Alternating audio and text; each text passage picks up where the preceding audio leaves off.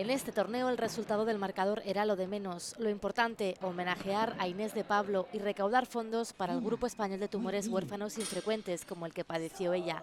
Y el resultado ha sido todo un éxito para las organizadoras. Estamos muy emocionadas de que ha sido una respuesta más grande de lo que pensábamos, de ver a la gente aquí de verdad contenta, apoyando, ayudando, los voluntarios, los árbitros, todos, los patrocinadores. La verdad es que ha sido más grande de lo que nos podíamos imaginar.